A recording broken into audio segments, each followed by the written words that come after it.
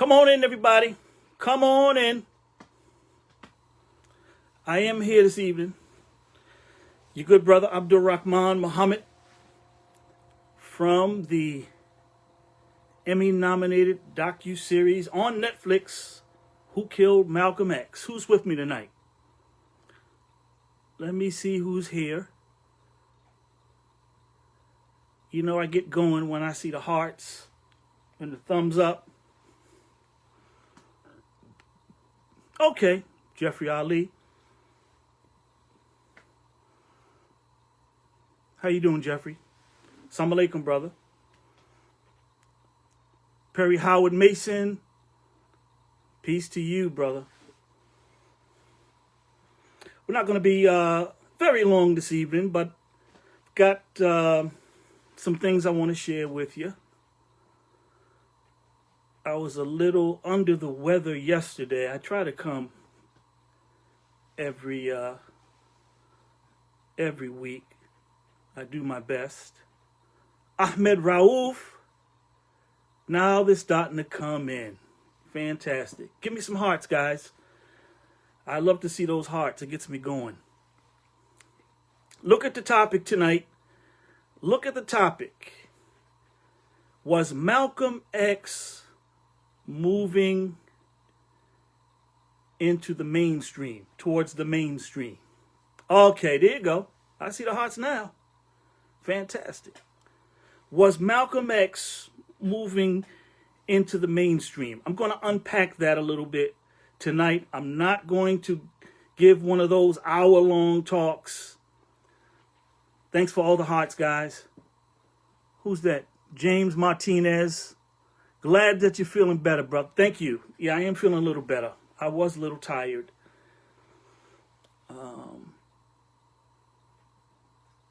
Let me show you something, guys. We're going to get started right now. Let me show you something. I'm very proud of this. This is the award that I received from the Howard University community. It is the first annual Chadwick Boseman Award. Okay? The very first one. I'm so honored. It's for my work in Who Killed Malcolm X. Finally getting to the bottom of who pulled out those shotguns, that shotgun and those weapons that took the life of our brother. There it is. It's a beautiful, beautiful award. I got it last month from the Capstone Group. The Capstone Group is a Howard University organization of alumni and faculty. And there it is. And I'm so proud of it. And I thank all of you guys for the support and the love that you've extended to me for my work, because it means all the world to me. So thank you. Thank you so much. Tonight's topic was Malcolm X moving into the mainstream. Okay. Well, what does that mean? The mainstream. What does that mean? I'm going to explain that in a moment, what I mean by the mainstream. Okay? I'm explaining that in a minute. But I'm going to begin with this. Would you all believe, brothers and sisters, would you all believe with the massive success of Who Killed Malcolm X, the worldwide acclaim that it has received, the love and appreciation for all of the revelations that it contains, for the enlightenment that it brought to that very dark chapter in our history, it has been, almost universally acclaimed. But believe it or not,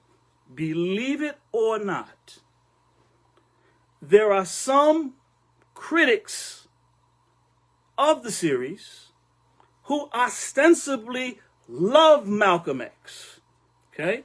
They claim to be followers of his.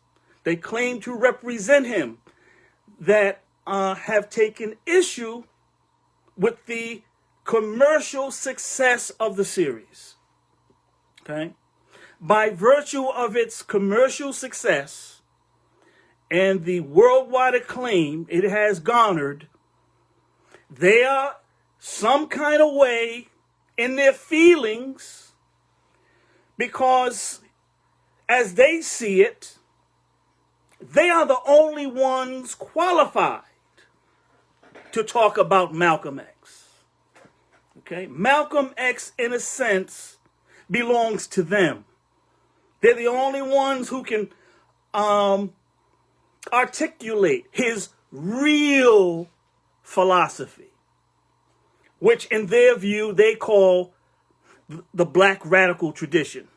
Okay? This is what they call it, the black radical tradition. And these critics, they see themselves as sort of the poor righteous teachers, if you know what I mean.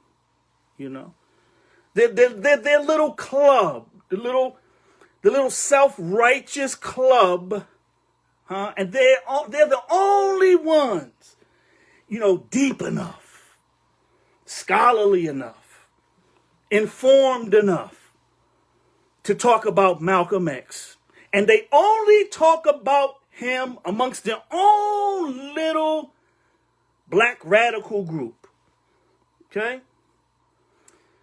And they are really feeling some kind of way that the personality of Malcolm X is now has now been, you know, reignited in the hearts of the people all over the world. I mean, by virtue of the fact that it has attained commercial success, meaning worldwide acclaim, all right?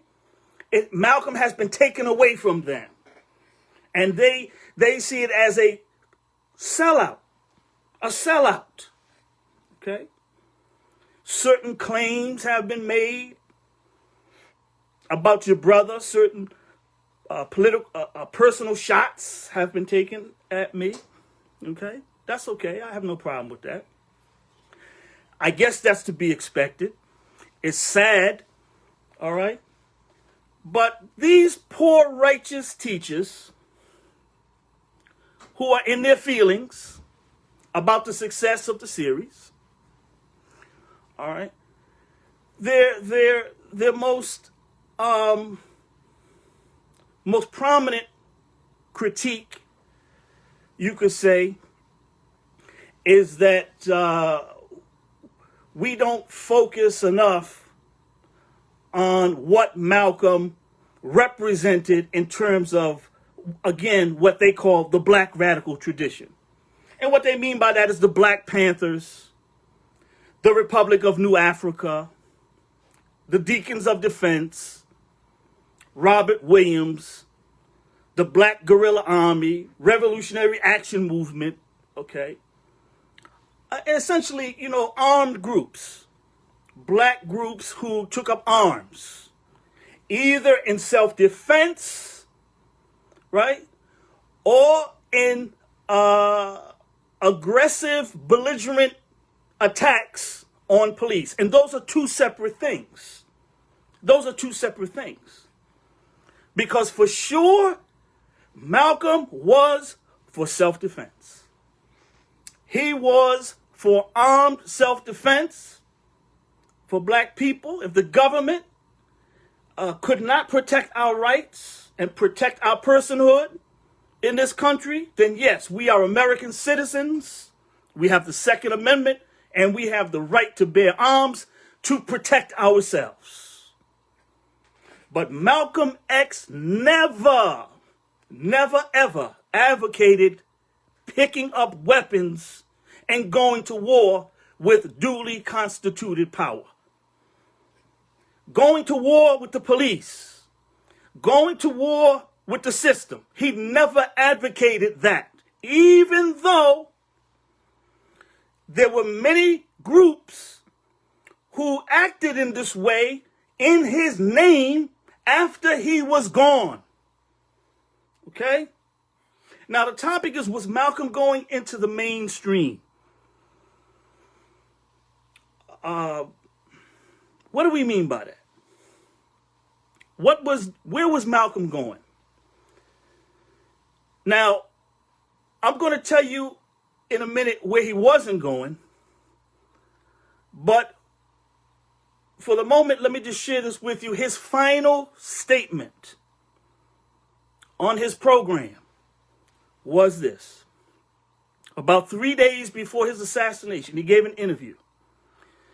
And this quote is found in the autobiography itself, in the epilogue, the final chapter.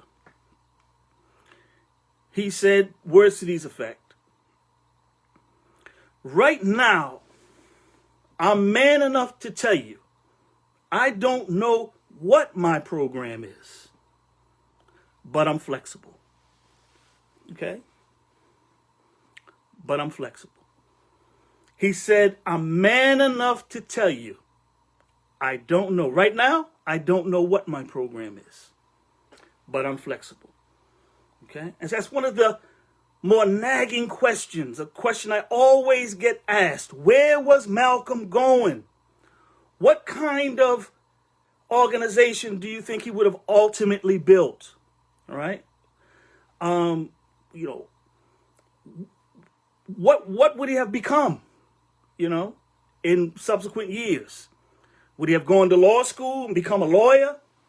Would he have become a politician, run for, the Senate seat in Harlem, right? Maybe become what Charles Rangel became, right? Taking the seat of Adam Clayton Powell. Malcolm was loved in Harlem, as you know, right? We don't know. And we'll never know.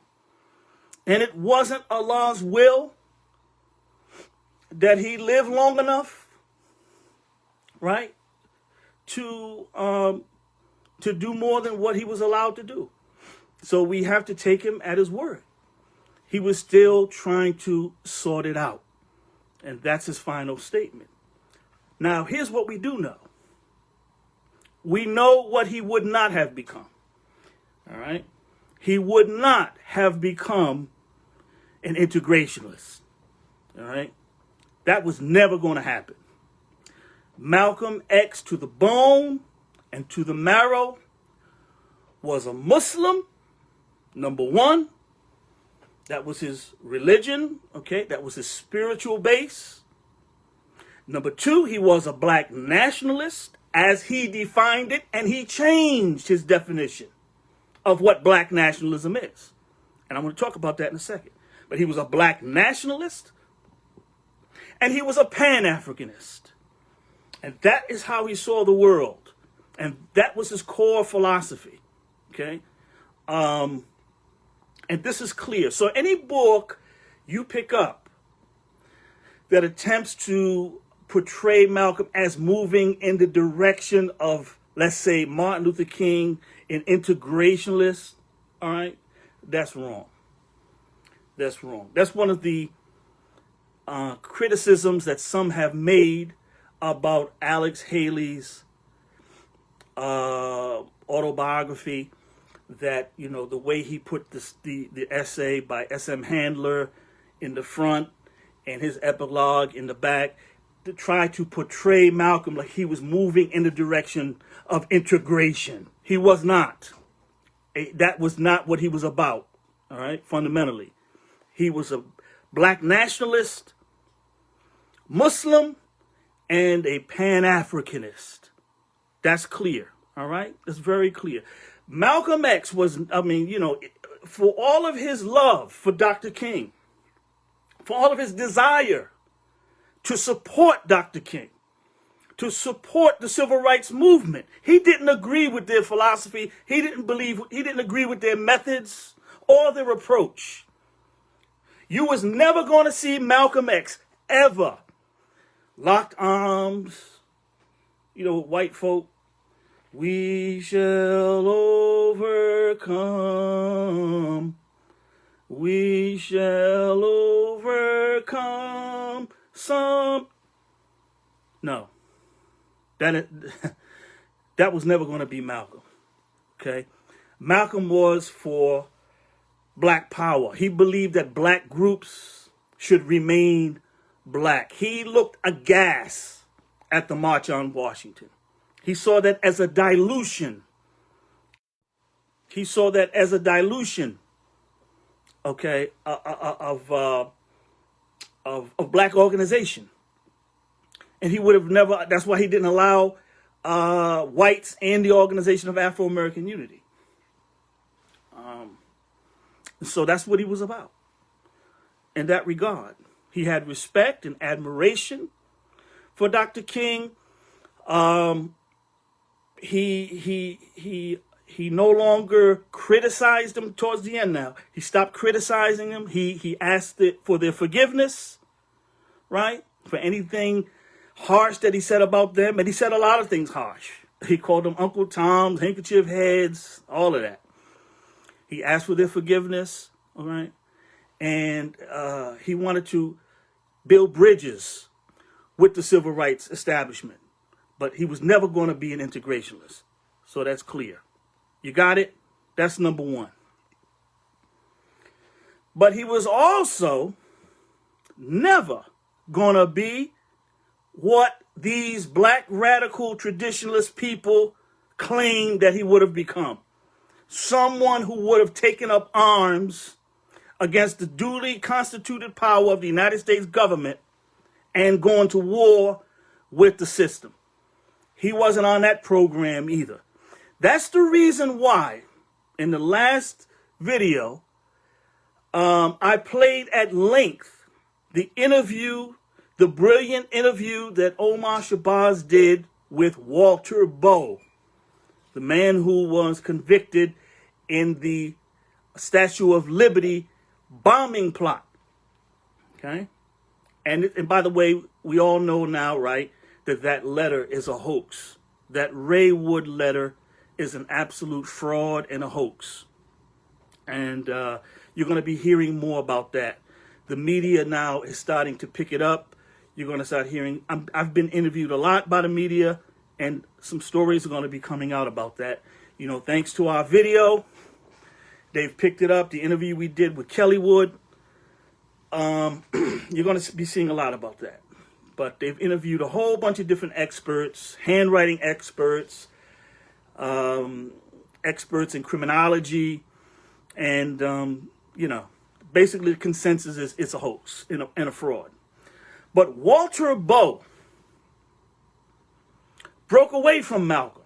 He was one of the founders of the OAAU, the Organization of Afro-American Unity. And this is what you all have to understand, dear brothers and sisters, that Malcolm was moving so fast intellectually that he himself was losing people. He was losing people. Okay?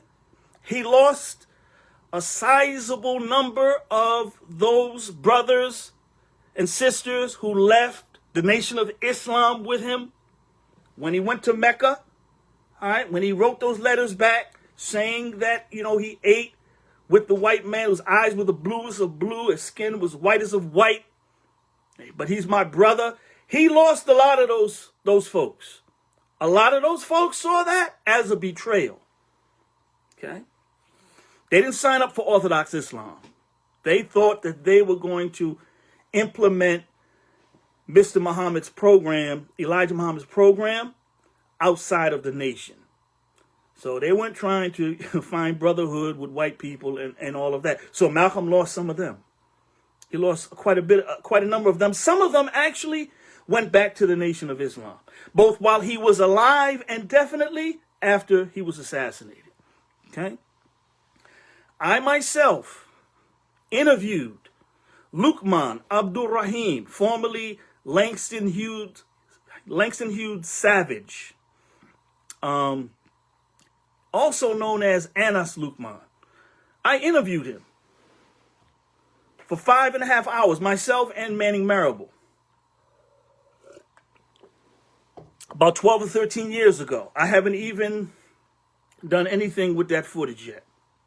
And he told me that the Thursday before Malcolm was gunned down, he met with Malcolm in his apartment, in Luke Ma's apartment. And he told Malcolm that this is not what I thought it was going to be.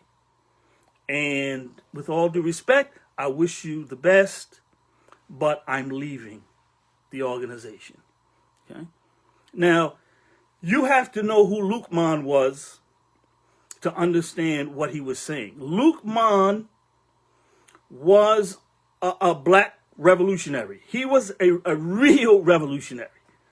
Luke Man heard about Malcolm when he was fighting in Algeria with Ahmed Ben Bella, fighting the French. Okay? Luke Man, had seen warfare. Luke Man could account for many bodies. All right? He could account for many bodies. He said when Malcolm was dying on the stage, and he saw the color leave Malcolm's face, and an ashen color come on his face. He said it's a look that I had seen many times. Okay, it's a look that I had seen many times. Luke Man had seen men lose their life, and in many instances he was responsible for it. Okay. That's what he thought Malcolm was going to become. He came back to the States from Algeria and joined the nation. He was already a Sunni Muslim. He came from a Muslim family, in fact, right? He came back to the States and joined the nation in order to convert Malcolm to black revolution. See, you don't know this. This is all new knowledge.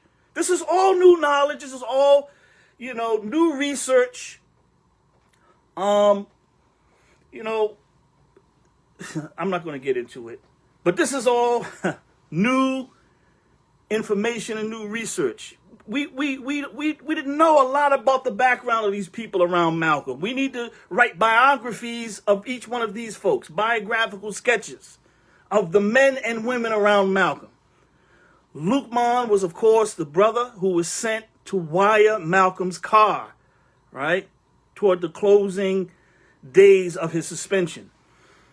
And he, of course, broke with the nation, revealed the plot to Malcolm, and then became one of Malcolm's men. It is brother Luke Man you see on the stage, leaning over Malcolm, brown-skinned brother with the afro. He's removing a gun from Malcolm's coat. Okay, Malcolm had a gun on him. I've shared that with you before, okay, in other videos. But Luke Man left Malcolm. He only went to the Autobahn that afternoon to say goodbye to his friends and colleagues, right? Folks that he had known and was soldiering with, to say, it was nice knowing you, you know what I mean? But this is not what I thought it was going to be. That's why he left. That's why Walter Bowe left. Okay? That's why the men and women, but mostly men, who wanted to, quote, do something, who wanted to bring it to the man, who wanted to, say kill police. Not saying that, Luke Man wanted to kill police. I can't say specifically. He never said that. But, these are the kinds of, actions they wanted to take. They wanted to take armed actions. They wanted to set off explosives. They really wanted to, set off the revolution in America. That's what they wanted to do. And Malcolm wouldn't go along with that. Not only that, but he was moving in a totally different direction. Okay? And Luke Man told me to my face. He said, this is not what I thought it was going to be. Okay? Malcolm is recruiting all of these writers these college educated folks, these professional folks, okay, like Lynn Shiflett, who was the first African American female news anchor, Muriel Gray, the artist from Philadelphia, like Sarah Mitchell, okay, like A. Peter Bailey, right, college kid and what have you. All right, so on the one hand, you've got killers. On the one hand, you've got folks that are ready to create some havoc, real havoc in America. And on the other hand, you've got basically like these bourgeoisie type folks, okay, black middle class, black professional classes, the people now that Malcolm was trying to bring in. And this explains why the security at the door, the day of the assassination, was lax to non-existent, because Malcolm was trying to shed that Nation of Islam image. Do you understand what I'm trying to share with you? Are you all getting it? Give me some thumbs up. Give me some hearts, man. Show me that you understand what I'm trying to share with you. Because there are many people who are going to be very upset with what I'm saying today. All right?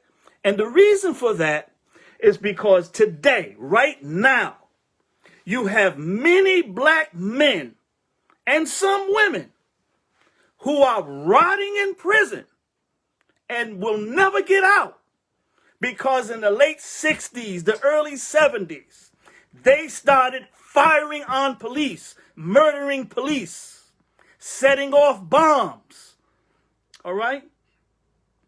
Plotting kidnappings and all this kind of thing, believing that they were following Malcolm, or that Malcolm was the godfather of this approach. And he was not. He was going in another direction. And the people who were with him at the time, all right, they knew that. And that's why they were leaving him.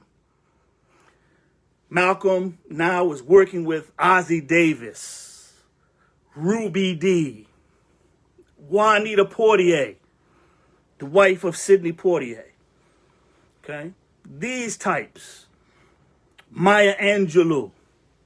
All right? Intellectuals, writers, artists, actors, journalists, college kids. That's what he wanted. He didn't, he made it clear. He made it clear. He wasn't trying to go to war with duly constituted power. Okay? He was trying to play by the rules. That's the reason why. If you study the Message to the Grassroots speech, and you study the Ballot or the Bullet, you study those together, you see a radical shift.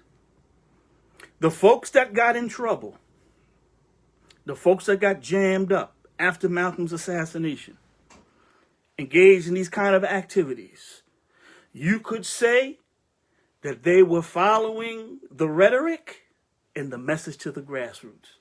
The message to the grassroots is a very menacing, belligerent, fearful, and frightful speech.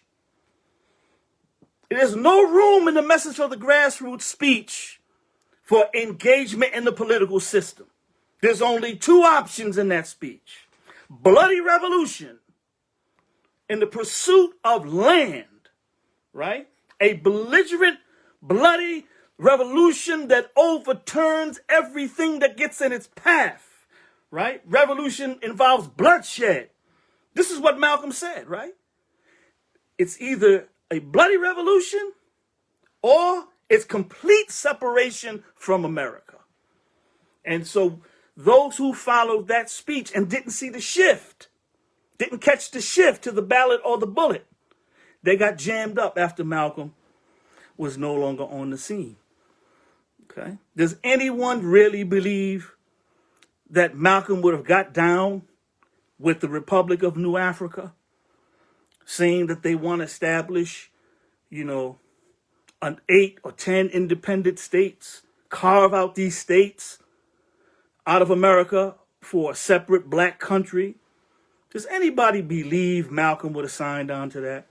You know, that was founded by one of his closest followers, Milton Henry, and his brother Richard Henry. They founded the Republic of New Africa after Malcolm was gone. Milton Henry is the one who recorded these speeches, the Ballad or the Bullet, the Message to the Grassroots, the so-called final speech, which is not really the final speech. The final speech was in Barnard College in New York, February 18th. But he mislabeled it the final speech, all right? Milton Henry, who was with Malcolm in Egypt when Malcolm got sick that evening after eating that food at the restaurant where, you know, he believed he was poisoned. Okay, this is Milton Henry. He's the founder of the Republic of New Africa. That's how he interpreted Malcolm's rhetoric in the Message to the Grassroots. All right? But by the time he gets to the Ballad or the Bullet, watch it. Go back and listen to it. You've all heard these speeches, but go back and listen to it. He redefined black nationalism. Message to the Grassroots, black nationalism was to fight for land, independent nation, right? He said it's about a nation. And when a black man wants a nation, that's called black nationalism. When he gets to the Ballad or the Bullet, black nationalism now is only a self-help philosophy. A self-help philosophy. And he said, the political, economic, and social philosophy of black nationalism only means. What is he saying there? He's saying that other stuff I was saying about, you know, bloody armed revolution that overturns systems and anything that gets in his way. No. I'm not saying that anymore. I'm saying that this philosophy of black nationalism only means that we control the politics in our community, the politicians and people that represent us. We control the economics in our community. We don't let foreigners come in here and get rich off of us and take the money out of our community. And we control the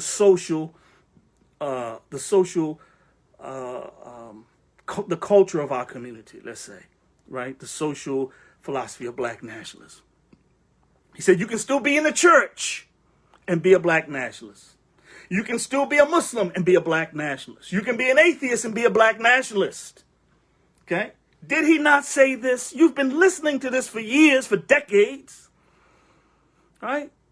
And then he goes into this whole thing about the Dixiecrats and the fox and the wolf, but he talks about the black vote. He says in that speech, you must know what politics is supposed to do for you. He said, we voted 80% for the Kennedy administration. If it wasn't for the block vote, African Americans voting in block, 80% for the Democrats, Kennedy wouldn't have been the president. Okay? But so now Malcolm is talking about a bloodless revolution. He said America is in a unique position where she can have a bloodless revolution. You see? All she's got to do is give the black man and woman what he's asking for. Am I making this up? See, you never really thought about it. You never really thought about it. Why am I taking so much time about this? Because the critics of Who Killed Malcolm X, they're arguing that because of its commercial success, that it has sold out the black radical tradition, that it is watering Malcolm down, okay, and making him a sellout, or making him an integrationist, or what have you. Well, we already showed you he was never going to be an integrationist. He was a black nationalist and a Pan-Africanist Muslim, okay? But He was never going to be what these folks became either. If you really want to know what the real Malcolm X was, or who he was, I would suggest to you that you go watch his speech at the Oxford Union. It's online, December 3rd, 1964. When he's debating the question, the Barry Goldwater quote, "Extremism in defense of liberty is no vice, and moderation and pursuit of justice is no virtue." Okay? Brothers and sisters, Malcolm X, at the end of the day, was a lawyer. He was our advocate. He was a very fine lawyer without a degree. That's what he wanted to be. He dressed like a lawyer or a college professor. Okay? Malcolm X wasn't wearing army fatigues and the beret and all of that. That's not where he was going. All right? He did want to achieve some level of mainstream acceptance. And what I mean by that is he wanted to be a legitimate player in the same way that Dr. King was seen as a legitimate player, as an intellect, as a thought leader. All right? He wanted to be taken seriously like that. He was attempting to throw off the albatross of that demagogue label that had been foisted on him and that he helped to create himself, to tell you, in point of fact. He helped to create that menacing demagogic image. But now he's trying to become, someone who could appear, for example, on Meet the Press, and they would rarely take seriously what he was saying. To tell you the truth, when he was in the Nation of Islam, for all of his brilliance, for all of his eloquence, no one was taking that message seriously. It was seen as being goofy, quite frankly.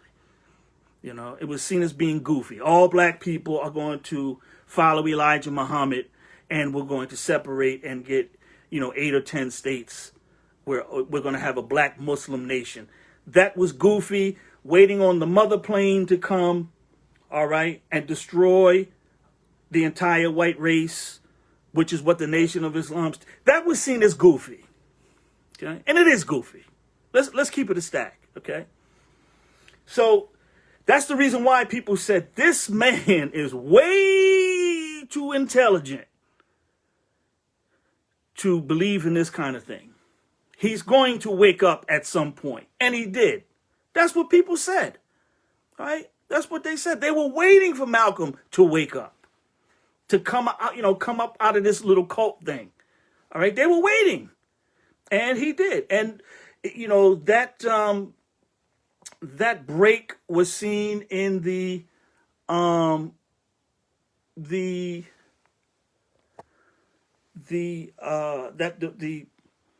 message to the grassroots speech.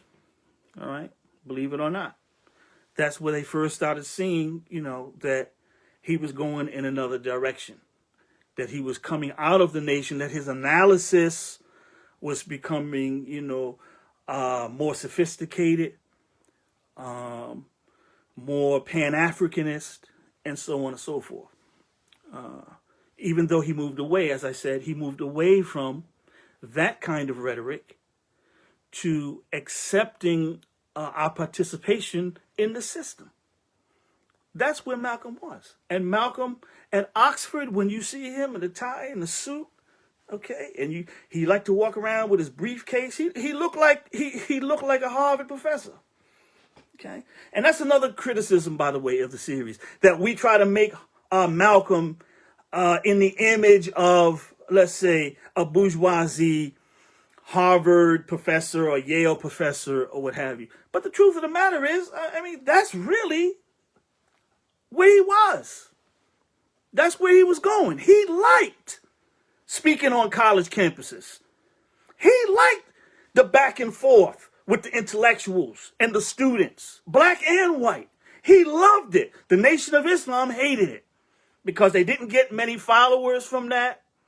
All right. They didn't really benefit from Malcolm speaking on the campuses, but Malcolm was the second most requested speaker on the college campus after Barry Goldwater, by the way.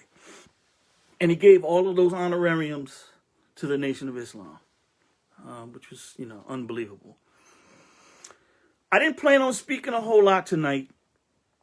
And I know that I'm going to make a lot of folks angry with this particular talk.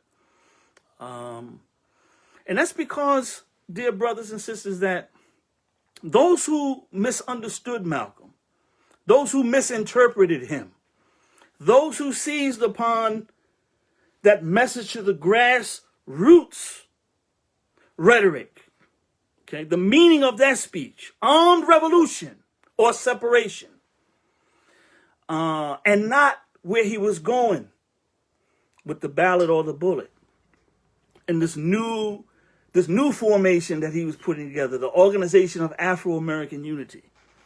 Okay. A lot of those brothers and sisters got jammed up. Asada Shakur, who can never come back to the United States. She's there in Cuba, right? People like that. You have men who in prison right now who murdered police officers, who are trying to seek some type of clemency from the state due to COVID and the many decades they've been incarcerated.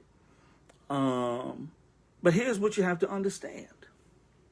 And this is what Malcolm understood. And this is why he was reeling back some of that rhetoric. It's because when you decide to go to war with duly constituted power, you have to accept the consequences of it. Okay? Asada Shakur, she knows. She can't come back to the United States. All right? Brothers and sisters, if you take up a weapon and you fire at or murder a police officer and you get caught, people are not going to like what I'm going to say here. And I'm not trying to be cruel or harsh. But the state owes you nothing after you do that. Okay? You can't say I'm at war with you and then once you get caught and arrested, you turn around and say, please, Mr. White Man, will you let me out? I've served so many years now. You should let me out. They don't owe you anything. They don't owe you a damn thing. Okay? In the olden days, they would have hung you or chopped off your head. That's the truth. That's the truth. Once you go there, you have to own that. You've got to stand on your square. You look stupid. You killed a cop. You big time revolutionary. Okay? And you get caught, and then you turn around and you start petitioning and writing petitions to the governor, and please let me out. I've been in prison 50 years. I've got COVID. And no, man. You're a revolutionary. Okay? When you get caught in a revolution, you got to be prepared for the consequences. And I'm not trying to be harsh. I'm not trying to be mean. And I'm not saying I don't want those brothers and sisters, to be released. I would love for those brothers and sisters to be released. A lot of that stuff was committed when they were in their early 20s. They were kids, you know what I'm saying? Hotheads, like many of us were, all right? But I'm just telling you right now, don't engage in that kind of activity, all right? And then turn around and think the state owes you something. They owe you a clemency. They don't owe you anything. All right? And this is what Malcolm X understood. That's why Walter Bowe left him. That's why Luke Mann left him. That's why so many of those more so-called radical brothers left him. Because they wanted to do something. We want to do something. We got to blow something up. We got to take it to the pig. We got to take it to the man or what have you. And Malcolm said, no, I'm not having any of that. I don't sign on to any law breaking, right? Malcolm said, I know good police officers, I know bad police officers. And no one criticized the police chief, both in New York and in Los Angeles, after the Ronald Stokes shooting. Nobody went in on the police chiefs like Malcolm X. But he never advocated taking up arms against the police. He only advocated armed self-defense. Am I making any sense here? Let me see. Cause and effect. If I'm making some sense here, let me know. If I'm not, let me know. Brother Malcolm was in dynamic development in this complex American systematic pathology. May he be blessed. I agree. Okay, I think I'm hurting some of y'all. So are you saying Malcolm X was against armed self-defense? No, absolutely not. He never took that off the table. In fact, he was radical to the end in that regard. Okay, which is why it would have been challenging for him to try to move more into the mainstream, because he never took that off the table, armed self-defense. And in fact, he constantly preached speaking the language that they understand. Speaking the language of the Ku Klux Klan. Okay? He said, if he speaks French, you can't speak to him in German. You got to speak to him in the language that he understands. Okay? And he took that to the grave. That was his belief. Okay? So no, I'm not saying that he ever gave up armed self-defense. Not at all. However, for some reason, Walter Bowe says that he couldn't get Malcolm to officially sign up with Robert F. Williams, which is why he left Malcolm. Okay? This is something that we have to be honest about. This is something that we have to be honest about. Mistakes were made, and we were all trying to figure it out. This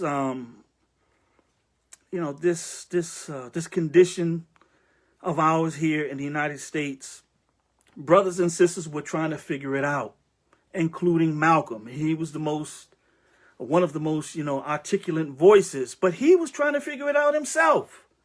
But he knew where he wasn't going. He wasn't going there. He wasn't going there, not at all. All right? However much those who represent the so-called black radical tradition, if that's your tradition, you're a black revolutionary, you're a black guerrilla, all right? You want to go to war with the system, then, brother, you're on your own. If that's what you want to do, then you get caught. You have to own that. Don't come back around now calling yourself a political prisoner. All right, we've got to free our political prisoners and this, that, and the third. No, man, they owe you nothing. They owe you nothing.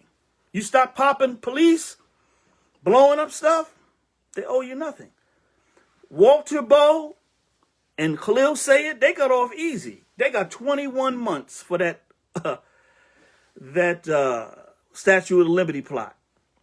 21 months. If that had happened today, post 9/11, they would have never got out. They would have never got out.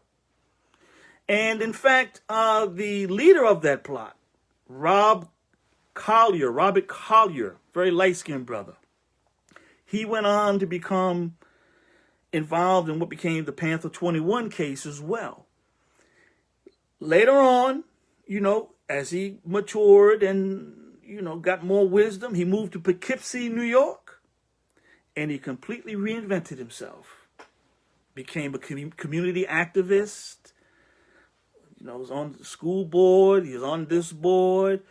Model citizen, okay?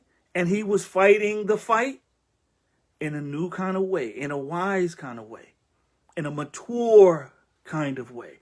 So much so that when he passed away in 2010, and they were writing his obituary, the folks in Poughkeepsie, in the community where, he lived and worked, they couldn't believe it was the same person. What? That man was the one involved in the plot to blow up the Statue of Liberty? Him? Couldn't be him. Not sweet old Rob. Yes, sweet old Rob. When we're young, we're energetic, we want to fight. I get it. I'm with you. I was there. All right? I'm still there. But as you get older and you get more knowledge and wisdom and experience, right? Then you say that, hey, there's like Bobby Rush. Thank you, Eric. Bobby Rush. Okay? Bobby Rush. Who was more militant than Bobby Rush? Chicago Black Panther. Now he has served our people with distinction, on Capitol Hill, through the system. All right? And there's no shame in that. There's no shame in that. You understand? And we have to decide, is this our country or not? And Malcolm made a decision. This is our country. He didn't renounce his American citizenship. Okay? He just wanted to make America better, like we all do. Now, do I have anybody want to ask me any question before I go? I didn't even mean to go this long. But he was a Muslim with a Garveyite background, exactly. I didn't mean to go this long. But it really kills me to see these poor righteous teachers, okay, who are so upset about the success of Who Killed Malcolm X. The commercial sellout. Netflix trying to divide our people and this and that and the third. Okay? And there's no discussion of the role of the government in the assassination of Malcolm X. How can you watch Who Killed Malcolm X and come to that conclusion? How? We literally tracked down the FBI agent who is responsible for planting the 9 undercover informants. We tracked him down. He wouldn't show his face, but you heard his voice, and you didn't hear all of the footage, okay? The rest of that interview is not in the series, but I heard the rest of the footage in the interview. He was laughing at black people about how easy it is to recruit us as snitches and rats, okay? A big joke. They laugh at it, okay? You don't even have to give a brother a lot of money. Just give him a few bucks, all right? Mocking us. How could you say that? We literally tracked down the NYPD police officer, right, Jerry Fulcher, who sat by the phone from 8 in the morning to 10 at night, picking up Malcolm's phone and recording his phone calls. Okay? But we don't show the role of the government in Malcolm's assassination. Okay? I'm not buying it.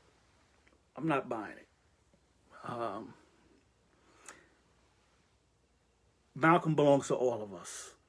He belongs to the world. And that's what we did.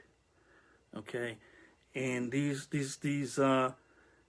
brothers who, they get together and anything Malcolm that didn't come from them and their little crew, it's not radical enough. It's not authentic enough. All right? It's a sellout. Or, somebody stole all my research and we're not giving credit where credit is due and all of these types of claims. It's a joke. It's a joke. Malcolm belongs to all of us, and I am very happy and thankful that Who Killed Malcolm X has been received the way that it has. I'm thankful for your support. That would have been awesome. What would have been awesome, sister? Let me see. Have you heard that some of the brothers in the OAU were in the process of grooming him for a congressional run? I was. There was a lot of discussions. Yeah. They wanted them to, some of them wanted him to replace Adam Clayton Powell. All right. Does anyone doubt that Malcolm would have won that election? He owned Harlem. He owned it. He owned it. So, with that, dear brothers and sisters, I'm going to bring it to a close. If you want to send something to help the brother, I'll put a little information here in the comment where you can, you can send a little help. Every little bit helps. My intention today was not to hurt anyone's feelings, not to make anyone feel bad, is not to gloat over the brothers and sisters who are still incarcerated as a result of, those activities in the past, but only to say that, there are those who are trying to represent Malcolm that don't really understand where he was going in his last days. Okay? He was trying to become more of a mainstream player, an intellectual, and let me see here. Pin the comment. Yeah. And that's very clear. That's very clear. And those who were close to the history, they're the ones that gave me this understanding. I knew a number of these brothers. Okay? I've shown you pictures with me and brother Benjamin 2X, Abdullah Abdul Razak, James 67, his secretary, and all of these were Muslim brothers, in the community. Brother Benjamin, I was on a program with him. We spoke together on a program many years ago, and I know what was going on. Even Benjamin thought that sometimes Malcolm went too hard against Elijah Muhammad. He thought he was unfair to Elijah Muhammad. Benjamin 2X Kareem, yeah. They still have love for Elijah Muhammad. All right? They didn't leave with Malcolm as some type of statement against Elijah Muhammad. Right? They left the nation with Malcolm believing that they could better implement Elijah Muhammad's program. And sometimes they thought that Malcolm went too hard against Elijah Muhammad. That Malcolm was unfair sometimes. Prince, boy, some of y'all brothers got some long names, man. Kerry, you have ever watched an interview with Fred Hampton? Yes, I have. Yes, I have. I've watched many interviews with Fred Hampton. All right. All right, with that, then, I guess we're going to bring it to a close. I hope I've said something that's beneficial. I hope we've got some enlightenment today. I hope I've answered some of your questions. And we're going to hopefully, see you the next time. And, here's, by the way, I now have a YouTube channel. And very soon, we're going to start moving everything to YouTube. All right? The YouTube channel is called Our Legacy Lectures. Our Legacy Lectures. Thank you, Teresa Mahfoud. At some point, I'm going to bring Teresa on here. And sister's been doing a lot of good work. She's writing a book on the character of Malcolm X. And really, really good stuff she's doing. I look at her as like being the next generation of scholars. Thank you, brother, for all that you do. It's my pleasure. And I'm going to start bringing some other folks on. Look for a lot of articles to start coming out, stories to come out on the hoax of the Ray Wood deathbed confession. Like I said, I've been doing a lot of interviews, and there's a lot of articles that are in the can. There's going to be some stuff coming out. Thank you, Sister Teresa. It's a great pleasure. And I'm going to bring it to a close, and I'm going to see you guys next time, all right? You have a good night.